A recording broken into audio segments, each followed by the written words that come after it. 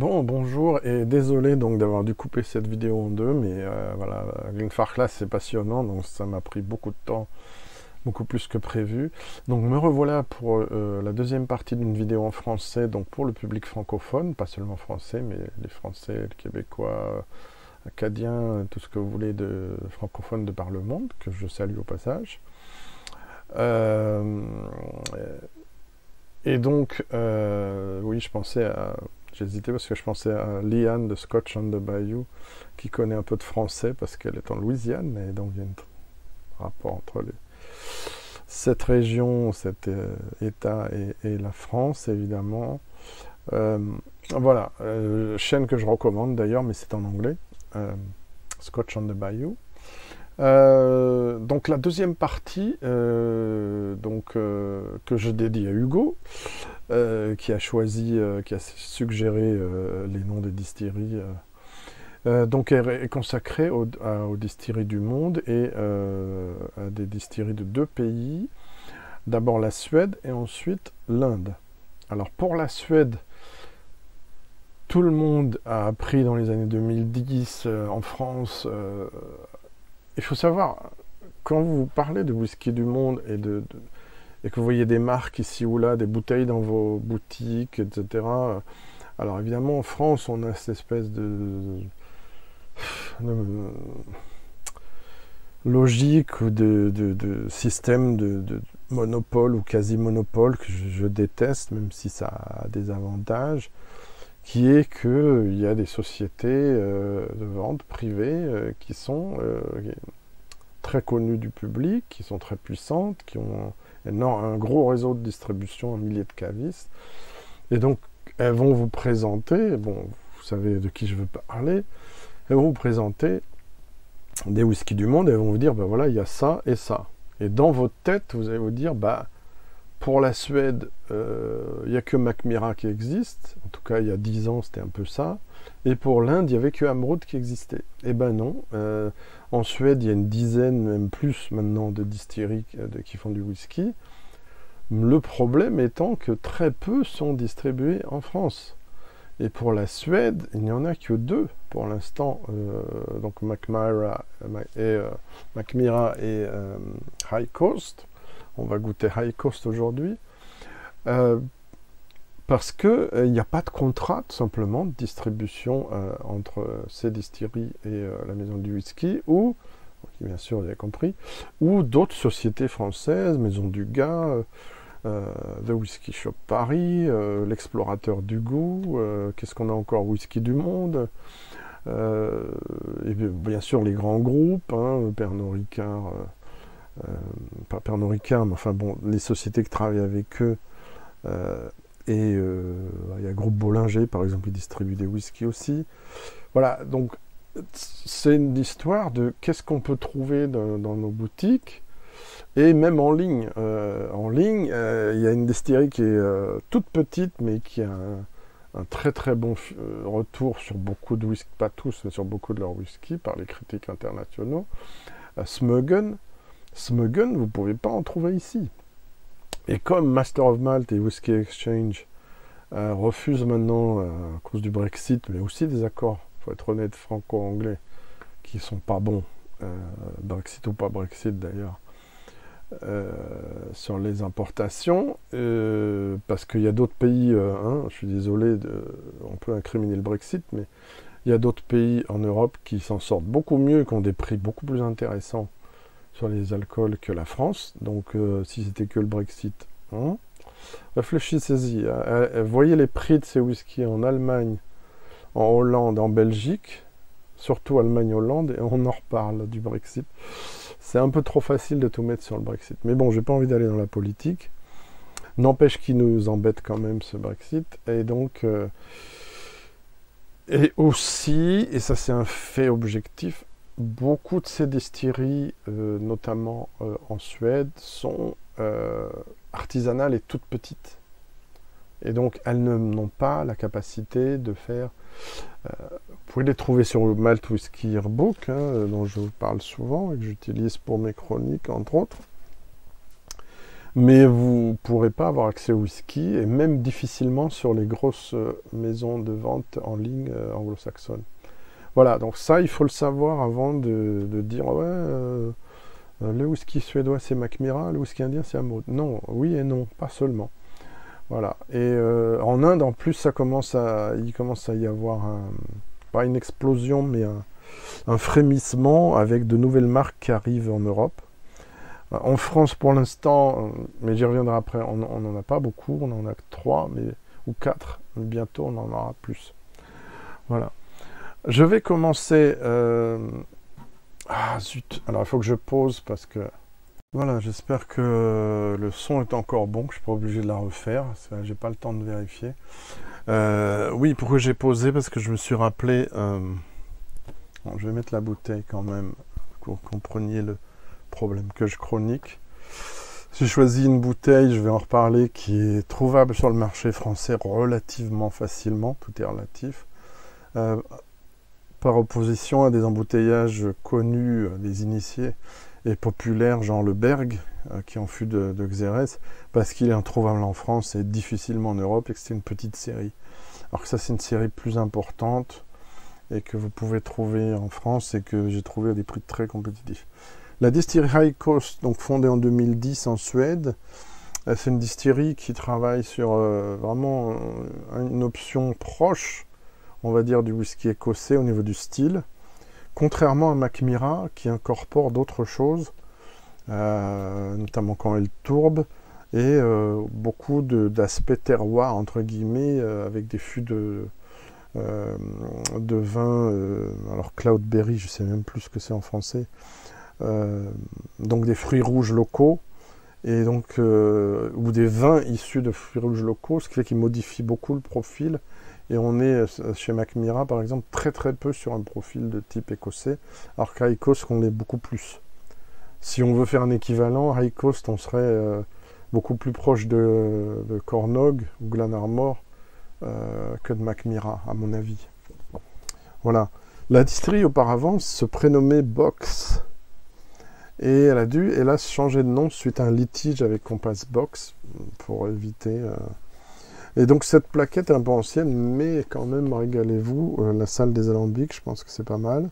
C'est une distillerie qui est sur la côte, donc qui est côtière. Qu'est-ce que je peux vous dire d'autre? Oui, dans le nord de... Oui, ça se voit sur... C'est difficile à voir. Dans le nord de la Suède, alors que Mackmyra est plus au sud. Et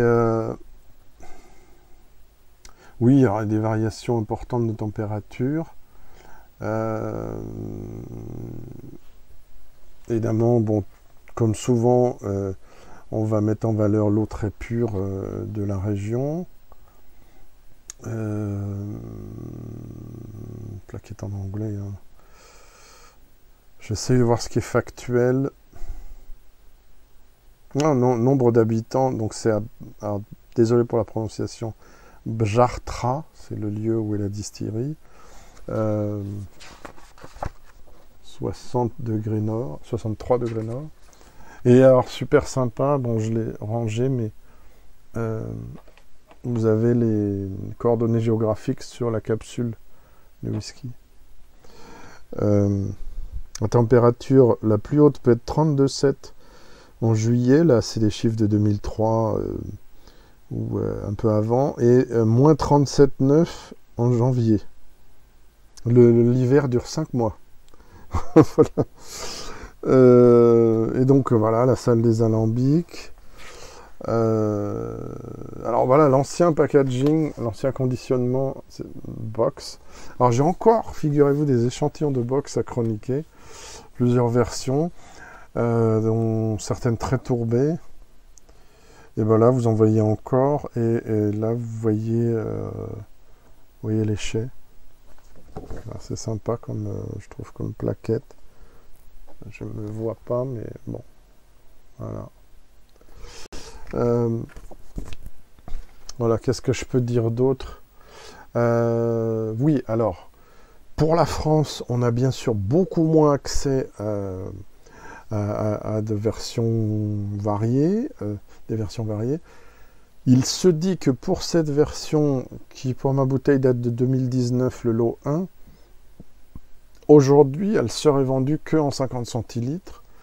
En ligne, c'est le cas, mais je vois des sites internet où il n'y a pas la date d'embouteillage et où c'est toujours 70 centilitres. Donc je m'inscris un peu en faux. Il faut savoir que c'est une distillerie que j'ai découverte au Whisky Live Paris, que j'apprécie beaucoup.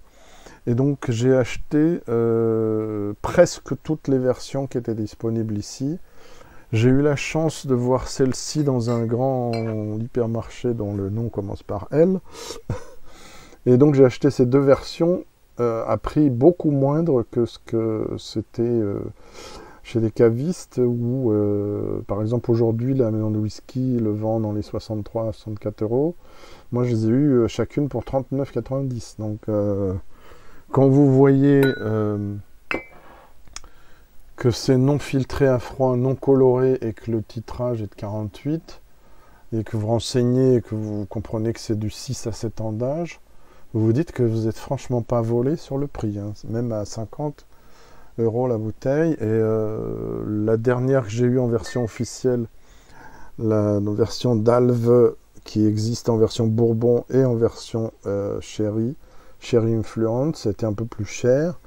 Que je regarde en espérant que ça ne coupe pas. Elle était à 55 euros comptoir irlandais. Et bien sûr, le brut de fût que j'ai eu au Whisky Shop Paris, là, c'était très cher. 8 ans d'âge brut de fût, très fort titrage. Je l'ai eu à 131 euros. Donc ça, c'est pas tous les jours que je mets cette somme là-dedans. Mais comme j'ai eu le coup de cœur pendant la masterclass, voilà. Et donc c'est la version de négoce de la Delphi. Maintenant, celle-ci, pour moi, c'est la version la plus intéressante en termes de rapport qualité-prix, mais aussi de profil, sur toutes celles que j'ai testées.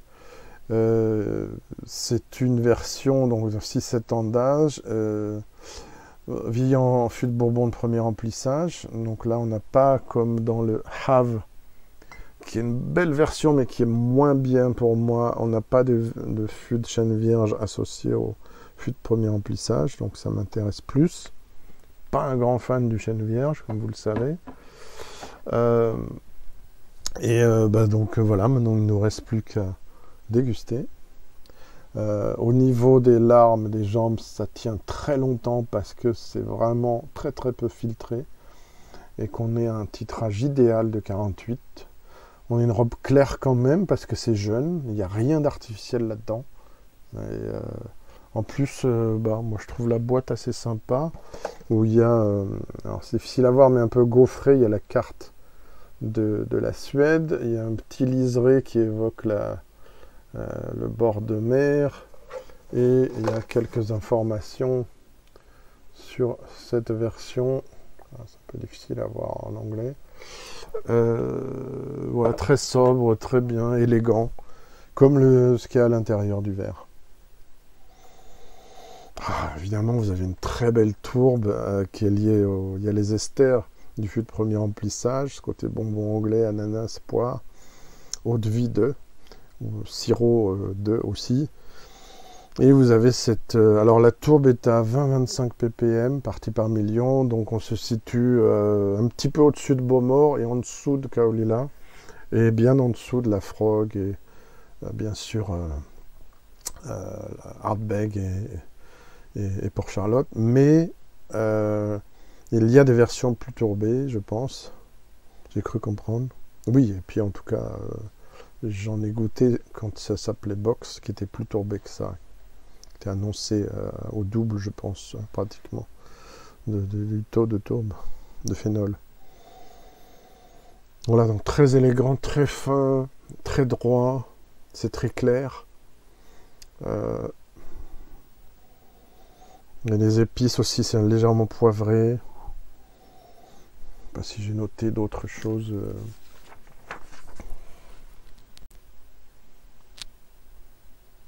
Oui, les fruits légèrement exotiques, bonbons anglais. Ça évoque un petit peu certains Lafroig de négoce qui seraient, c'est vrai, qui ne seraient pas médicinaux, ou très peu, ou certains kaolila, on n'est pas très loin.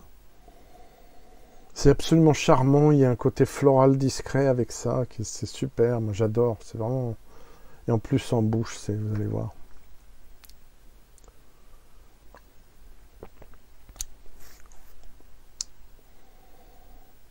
Allez, santé. Skål, je crois qu'on dit.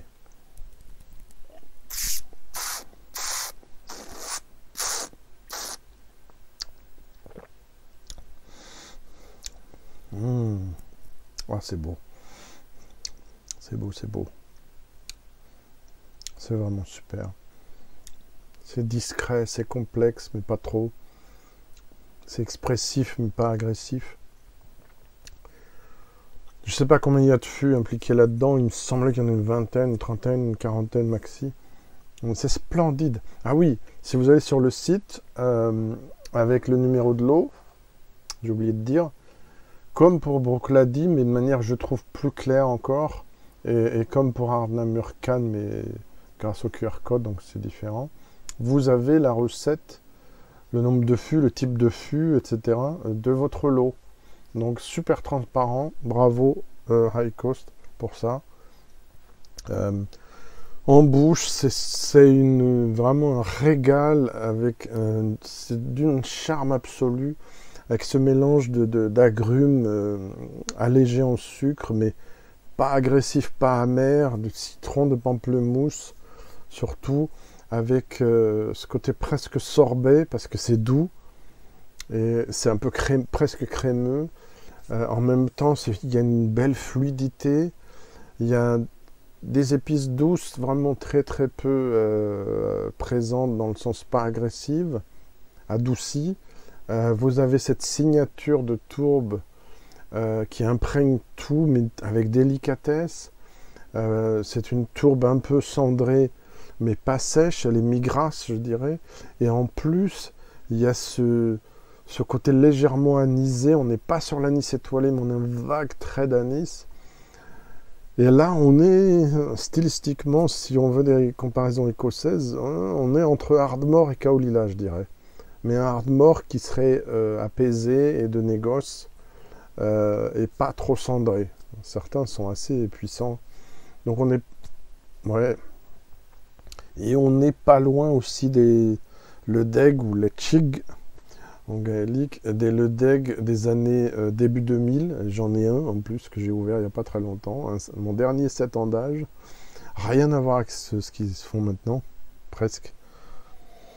Mais c'est splendide, c'est absolument splendide. J'y reviens encore et je vais ajouter de l'eau.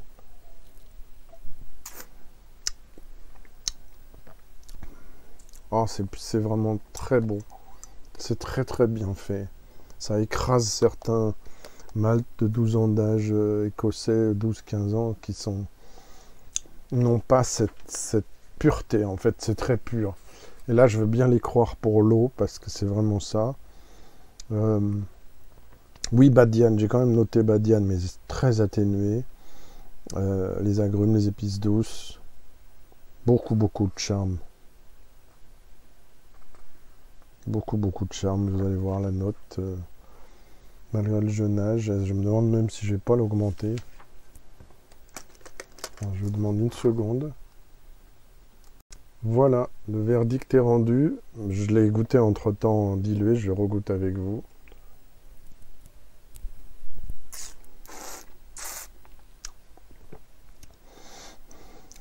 Ça...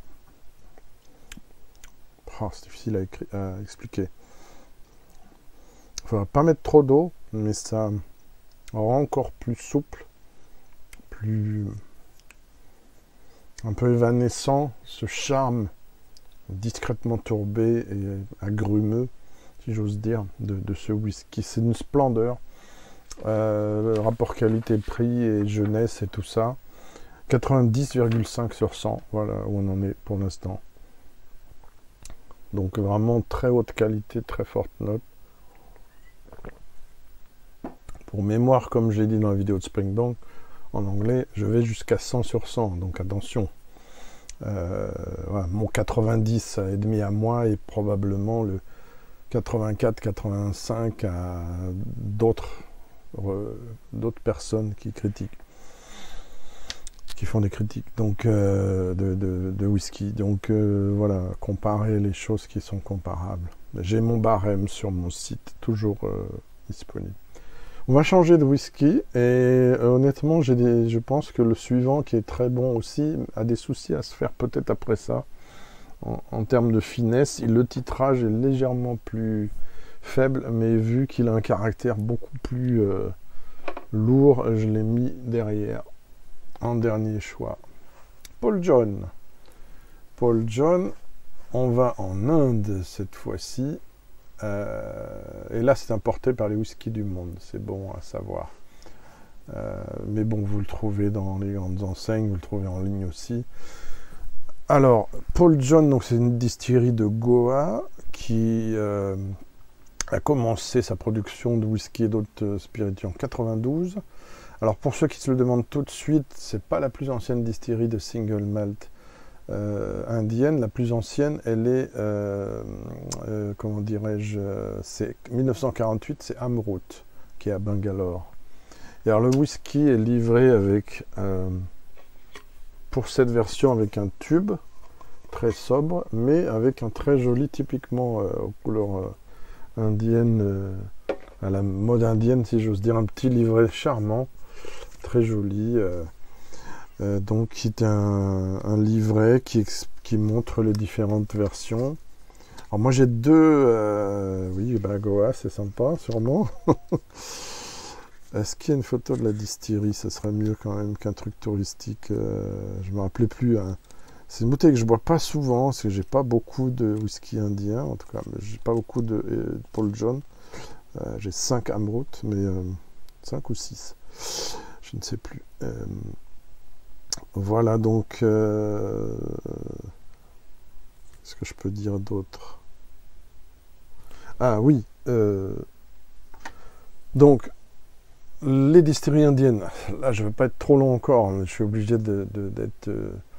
Donc, Paul John, la distillerie appartient à John Distilleries JDL compagnie, et originellement, elle ne faisait pas du whisky selon les spécifications de la SWA, l'association qui défend le whisky écossais et le whisky de type écossais, et qui attaque en justice tous les 4 matins dans le monde toutes les distilleries qui prétendraient faire du whisky de type écossais.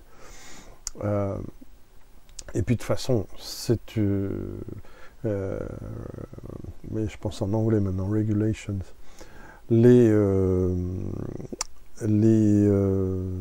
règlements, enfin, concernant les lois concernant la production de whisky dans le monde, même s'il y a beaucoup de liberté prise, lorsque ces whiskies sont importés en Europe, par exemple, la SWA et d'autres juridictions sont très très pointilleuses sur ce qui est importé. Or, beaucoup de whisky indiens, et même eux, ont commencé à faire du whisky avec de l'alcool neutre et de la mélasse. Alors, joint avec un peu d'orge maltais, mais donc ça ne répond pas à la définition classique du whisky de type traditionnel écossais et apparenté. Donc ces whiskies n'étaient pas importés parce que de toute façon la plupart des marchés refuseraient la mention de whisky sur l'étiquette, en tout cas en Europe.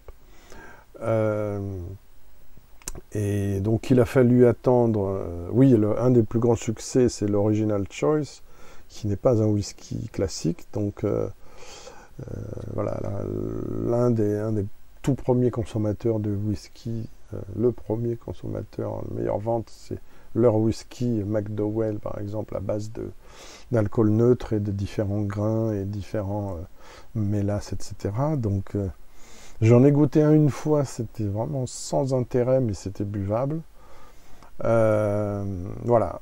Pour parler de ce qui est maintenant en Occident, en France notamment, vous avez la gamme qui comporte... Alors, je les ai tous chroniqués pratiquement, en tout cas, toute la gamme régulière sur mon site. J'essaierai de vous retrouver le lien en description. Brilliance, Bold, Nirvana, Edited, Select Cask Classic, et l'autre version que j'ai qu'il faut que je chronique en anglais aussi, c'est pas grave. C'est la Select Cask Peated à 55,5 qui est splendide. Ouf, c'est lourd. Parce qu'elle est quasiment pleine, j'ai goûté qu'une fois. Je ne peux pas la chroniquer de suite. Voilà, cette version, c'est ma favorite de celles qui sont abordables et qui sont disponibles en France. C'est un whisky fait à partir de la moitié des fûts qui sont tourbés. Donc la tourbe, comme je disais, de 20... Ah, j'ai dit bêtises tout à l'heure. Oui, je crois que c'est moins pour le taux de tourbe de High Coast. Les 20-25, c'était pour Paul John, désolé.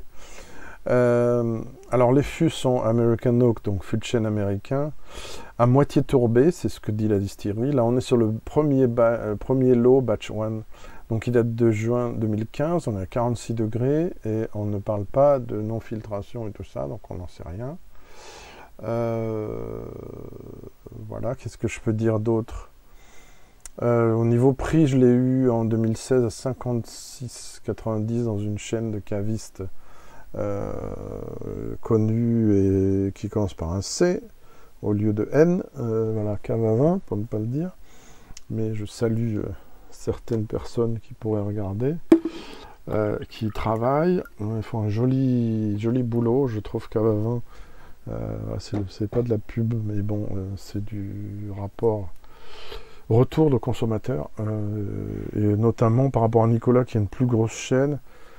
Pardon hein, les gars, mais Nicolas, il faut vraiment qu'il y ait des vrais amateurs qui soient en vente devant vous, des vrais passionnés de whisky qui soient à la caisse. Et c'est pas toujours le cas, ce que je peux comprendre, parce que c'est d'abord le vin, hein, les cavistes en France. Mais cave à vin, c'est aussi d'abord le vin, mais il semble qu'il y ait davantage de passionnés, en tout cas pour certains, il faut prendre ça avec des pincettes, que chez Nicolas, en termes de nombre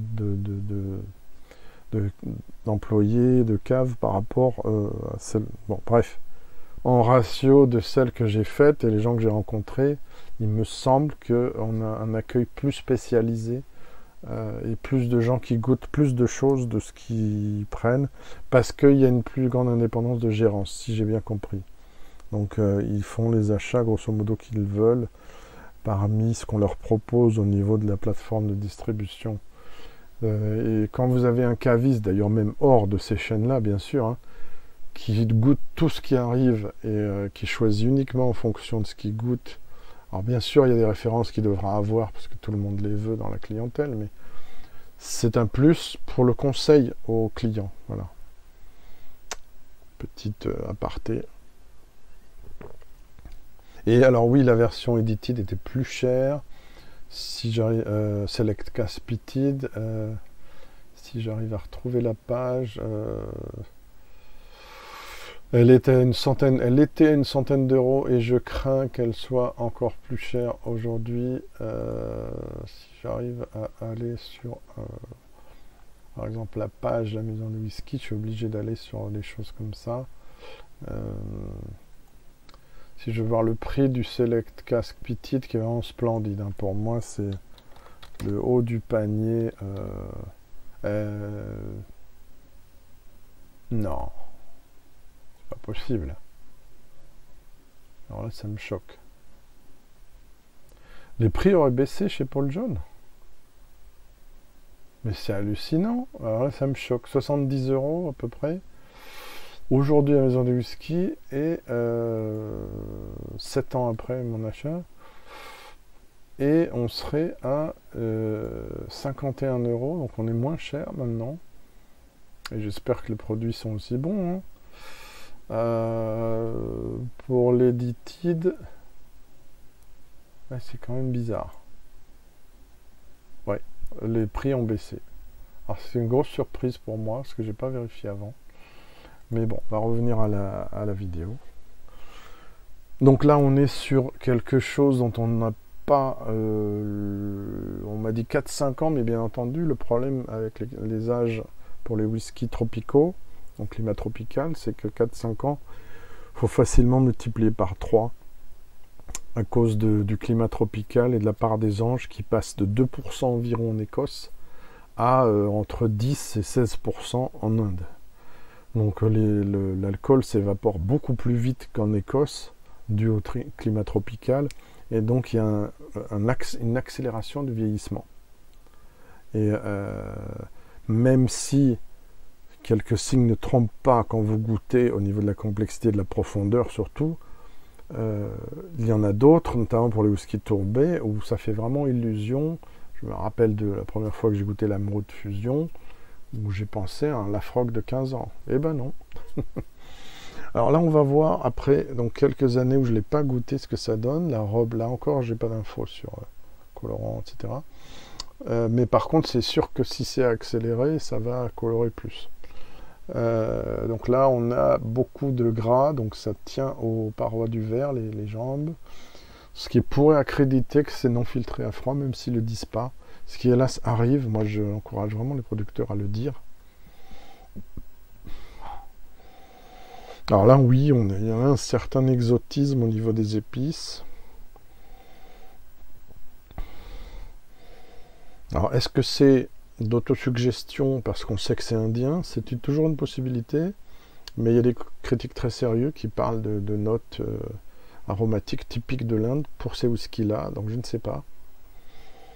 Moi, j'ai du Carvi, j'ai un joli boisé, j'ai des fleurs légèrement, ouais, un peu capiteuses, pomme, abricot, poire. Je sais pas si j'ai la même chose dans mes notes.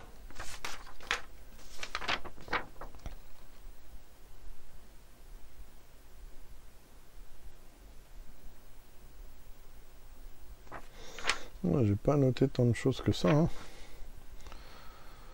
Quand j'y revienne, par écrit, je veux dire.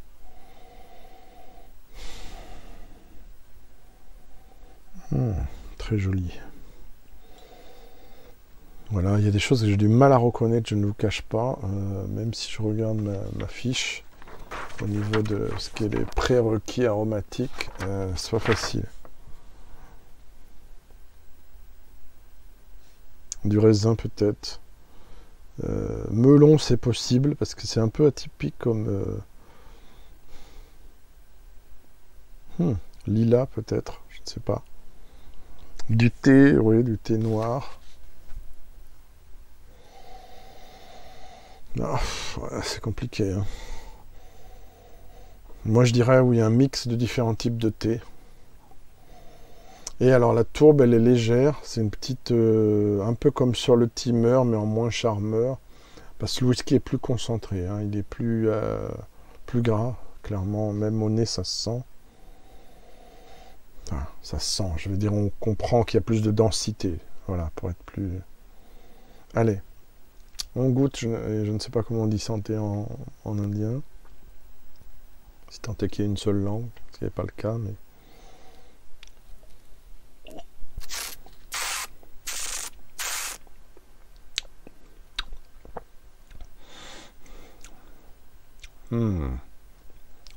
Superbe. Effectivement, j'ai un peu de Carvi, presque du curry. C'est étonnant, hein?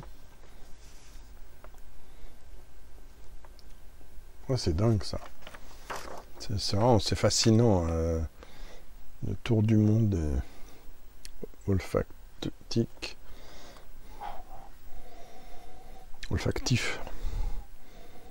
Et gustatif.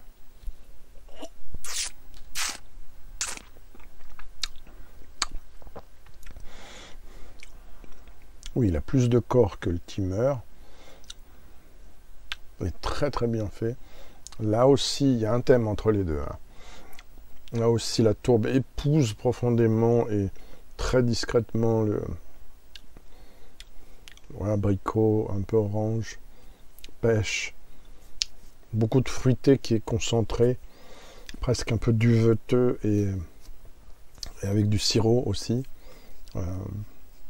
Les anciennes toujours les pêches au sirop, vous pouvez mettre de l'abricot encore pour rajouter quelques trucs. Et mettons que vous rajoutez aussi quelques épices, Peut-être un peu de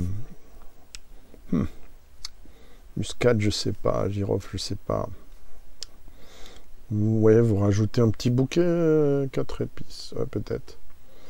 Un bouquet un peu, ouais, asiatique, qu'est-ce que vous voulez que je dise? Et vous avez ça. C'est très bien fait. On sent que c'est jeune malgré tout. C'est un peu plus brut de décoffrage que le High Coast, ça c'est clair. Mais c'est très très bien fait. Et avec le Bold, pour moi, c'est les deux meilleurs de la gamme avant qu'on monte en titrage et en prix. Je vous conseille pas le Brillance qui n'arrive pas à la cheville du Ambrut Single Malt simple, pour moi. Je n'ai pas goûté le Nirvana. Alors, Paul John, il y a une version il y a quelques années qui avait été faite exprès pour Nicolas, qui se prénomme Pondichéry, mais j'ai malheureusement pas pu l'acheter.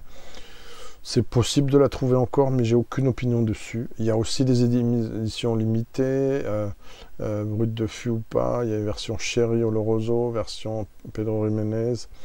J'avais goûté des prémices des versions avant l'embouteillage dans une masterclass. J'ai été moyennement convaincu, pour vous dire.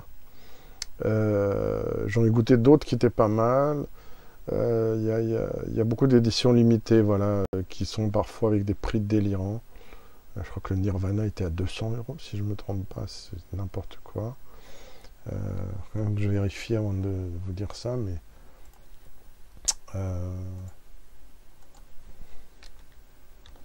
pas dire de bêtises, tant pis, je prends quelques secondes pour ça. Ou je confonds avec un autre. Il faut que je le trouve. Je vais voir, tant pis, sur un site anglo-saxon, mais il va pas me mettre le prix, puisqu'il ne veut pas livrer en France à tous les coups. Et voilà. Non, il va pas me mettre le prix. Ça, c'est vraiment pas cool. Moi, je comprends pas ces sites. Moi, je préférais qu'on me dise combien ça coûte, même si on ne peut pas le livrer ici, au moins pour avoir une idée, quoi. Enfin, sérieux. Parce que là... Bon. Enfin, je pose parce que je trouve pas. Bon, alors je m'excuse, j'ai mal préparé mon coup. Je pense que c'est pas Nirvana, c'est une autre version dont j'ai oublié le nom. J'ai confondu avec, qui est très très cher. Voilà, désolé. On repart là-dessus avec quelques gouttes et on va terminer. Donc ça fait 2 vidéos très longues, oui, en effet. Enfin, 2 vidéos d'une quarantaine de minutes. Mais voilà, après on ne pourra pas dire que je fais pas de vidéos pour la France. En français, je veux dire.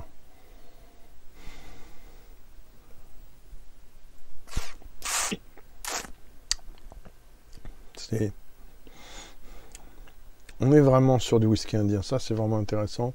Comme le Amrut. Rampur aussi, c'est très particulier, extrêmement capiteux sur les fleurs capiteuses. J'en ai pas encore à la maison, mais là c'est presque pâtissier. On verrait bien une charlotte à l'abricot avec ça à côté à boire. On verrait bien une liqueur d'abricot désucrée et plus forte en alcool, avec quelques autres éléments. J'ai oublié de dire que c'est de l'orge à 6 rangs au lieu de 2 souvent, et qui pousse au pied de l'Himalaya, donc comme pour donc c'est de l'orge indienne, hein, comme pour Amrut qui est utilisé. Voilà. Alors, je garde pas forcément la note initiale. Là encore, je vais la modifier, je vais vous la donner. Voilà, note finale 89. Donc c'est une très bonne note, hein, je vous le rappelle. Hein. Tout ce qui est au-dessus de 85, 6, c'est plus de 87, 88, c'est une bonne note, très bonne note. 90, c'est excellent. Et après, voilà, on n'en parle même pas. Voilà, donc ce sont des très bons whiskies qui peuvent rivaliser avec des whiskies écossais, même s'ils sont beaucoup plus jeunes. Voilà, j'espère que ça vous aura intéressé. Dites-moi si vous avez déjà goûté des whiskies exotiques, entre guillemets, c'est-à-dire autres que écossais, irlandais ou américains, canadiens, donc les premiers pays producteurs de whisky dans l'histoire. Ensuite, c'était le Japon dans les années 30, 1923, première distillerie japonaise. Et la France, c'est que 1983. Mais voilà, il y a d'autres pays qui se sont illustrés. Voilà, donc dites-moi, si vous avez envie, quelle est votre expérience en whisky exotique, enfin en tout cas non européen, non nord-américain, et si vous avez des choses que vous savez que j'ai, ou vous pensez que j'aurais peut-être dans cette catégorie, que vous souhaiteriez que je chronique si je les ai. Voilà. Merci, à bientôt, au revoir.